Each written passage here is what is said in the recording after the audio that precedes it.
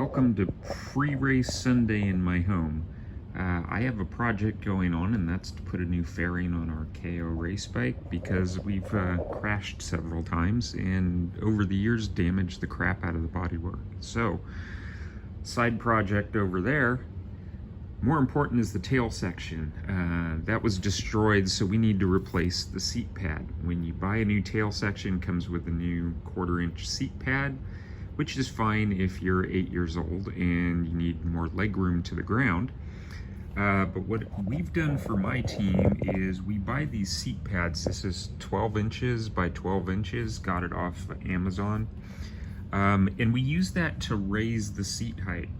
That gets us a little more room between the foot pegs and the seat, and it helps for taller riders like myself.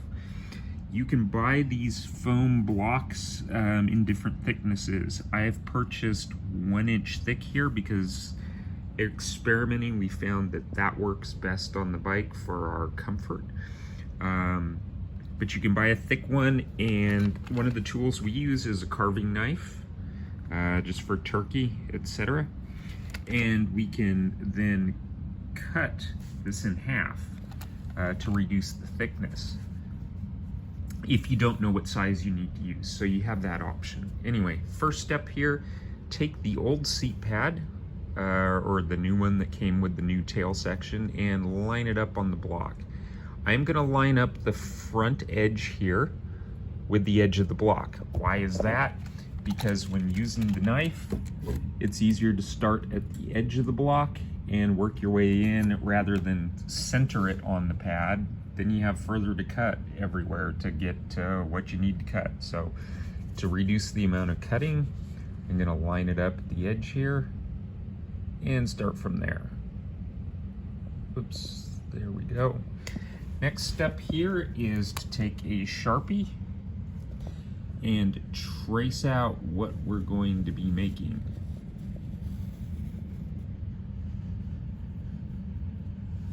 After we've done that, we will have our template and it's time to start cutting.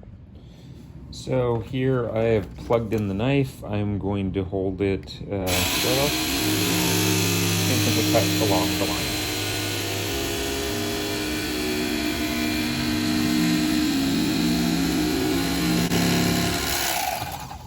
So we'll see some teeth marks here, but that's the idea. Go around and cut it all out. Once we're done here, we have our cutout. 2 holes, these are where the bolts go, so I'm going to use a hole saw to saw those out next. Okay. The result here is I used a hole saw to drill out the 2 holes in the pad, and it's not too hard to pull back out of the hole saw here.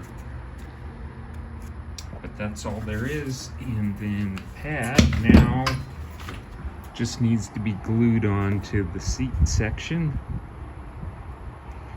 It lines up there, and we use spray adhesive to mount it. Here's the final step in putting the new seat pad on the bike here. I have my can of acetone here and a rag, and we have our Super 77 3M adhesive. First thing I'm going to do is come up here and wipe down the seat quickly, clean off any contaminants so we have a nice adhesion.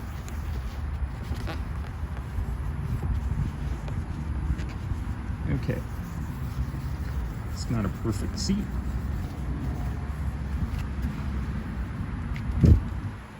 Okay, next item we're going to do is take our adhesive and our new seat pad. I'm trying to do this one-handed here. Recommend putting some cardboard down, but I don't have any, so spray it on, put it on for about 30 seconds here and let it start to set up.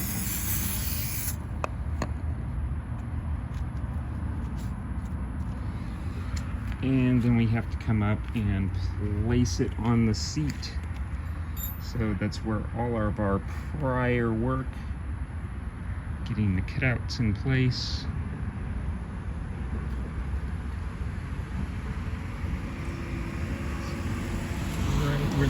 go. Line up the front of the seat.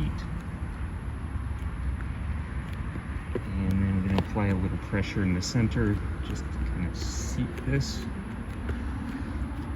And then the final step is here to take some tape and tape the seat down. So I need both hands to do that. I'll do that now.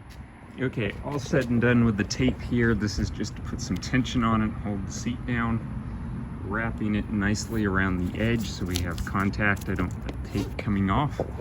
And this should just keep pressure on here. I'm just going to leave this sitting overnight. And that should finish up our seat pad.